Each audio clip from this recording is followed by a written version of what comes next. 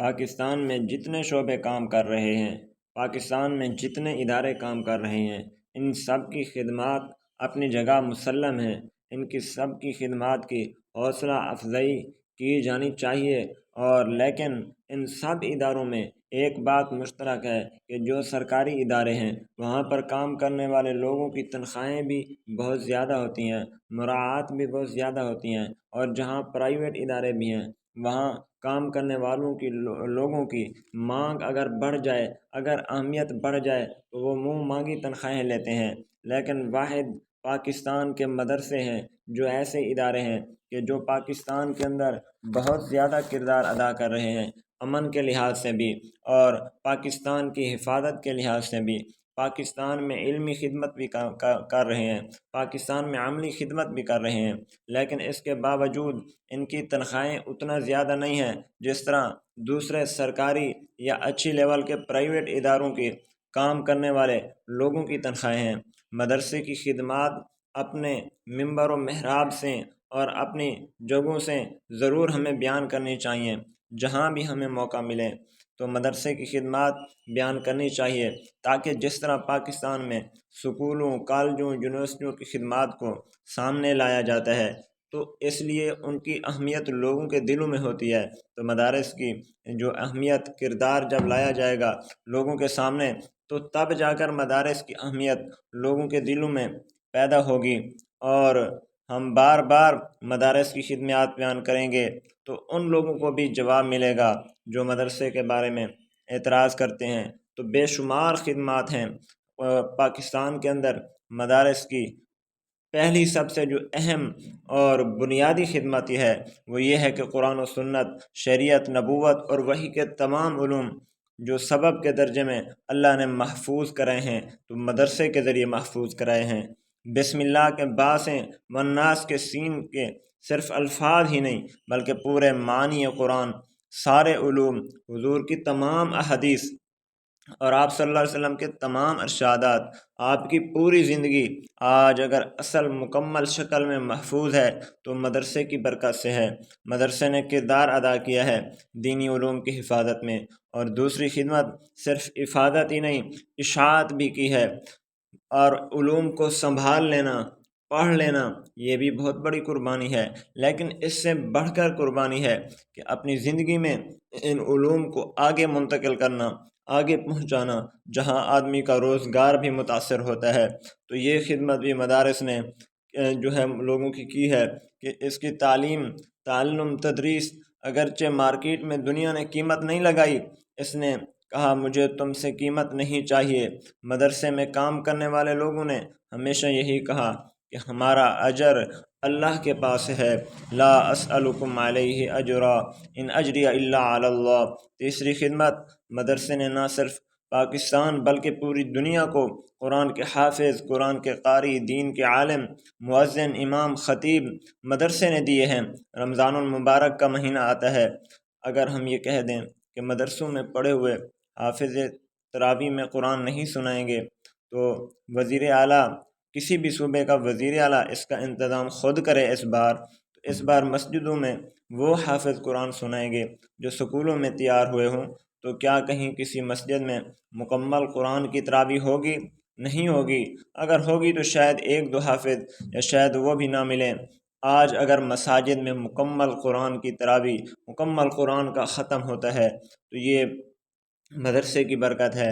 اور صرف پاکستان میں نہیں، انگلینڈ میں چلے جائیں، امریکہ میں چلے جائیں، وہاں پر بھی اگر قرآن پاک کی تراویح ہوتی ہے، قرآن پاک کا ختم ہوتا ہے، قرآن پاک کی تعلیم ہوتی ہے، تو وہاں بھی اسی پاکستان کے مدرسے کے پڑھے ہوئے مولوی یہ خدمت کر رہے ہیں۔ اور چوتھی خدمت، مدرسے نے غریب کو جہالت کے اندھیروں سے نکال کر علم کی روشنی عطا کی ہے۔ اگر مدرسہ نہ ہوتا تو غریب کا بچہ تو پڑھ ہی نہیں سکتا تھا، وہ جاہل رہتا، اس لیے کہ گورنمنٹ کے سکولوں میں تعلیم نہیں ہے، پرائیویٹ سکولوں میں تعلیم تجارت بن گئی ہے، فیسیں زیادہ ہیں۔ اگر مدرسہ نہ ہوتا تو غریب کے بچے اور متوسط طبقے کے بچوں کو پتہ ہی نہ ہوتا کہ علم ہوتا کیا ہے۔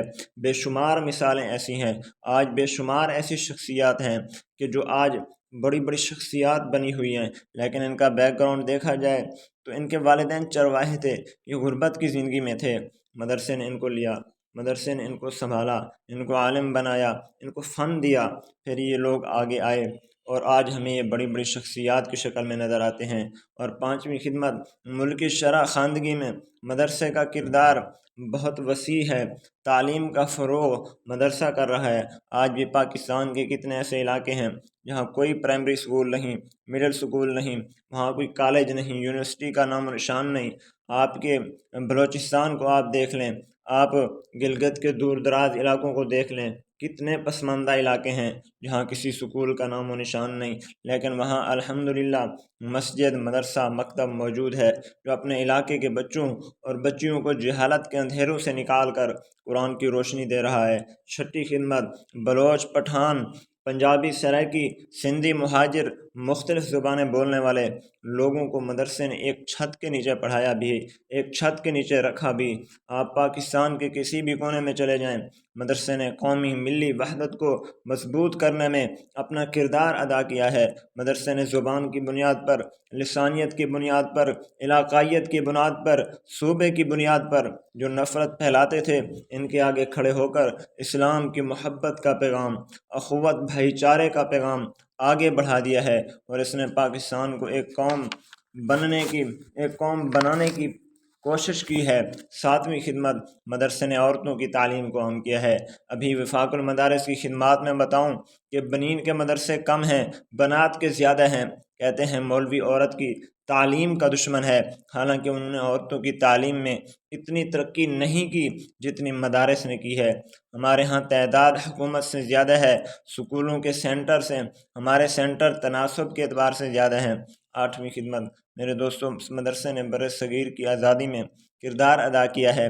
یہ بر صغیر آزاد نہ ہوتا، انگریز یہاں سے نہ نکلتا، اگر آپ کے مدرسوں کے پڑھے ہوئے علماء میدان میں نہ آتے۔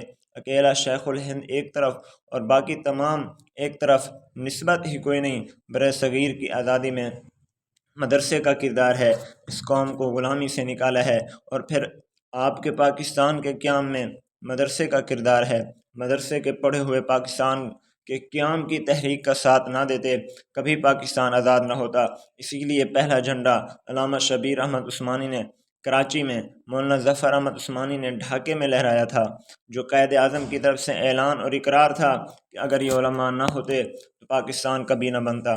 نامی خدمت، مدرسے کے علماء نے قرارداد مقاصد کی صورت میں پاکستان کا قبلہ متعین کیا۔ پاکستان کے پہلے آئین کی بنیاد آپ کے مدرسوں نے اور علماء نے رکھی ہے۔ اور 10ویں خدمت، ختم نبوت کا مسئلہ آپ کے مدرسوں کے علماء نے حل کروایا۔ قادیانیت کو غیر مسلم اقلیت علماء کرام نے کروایا۔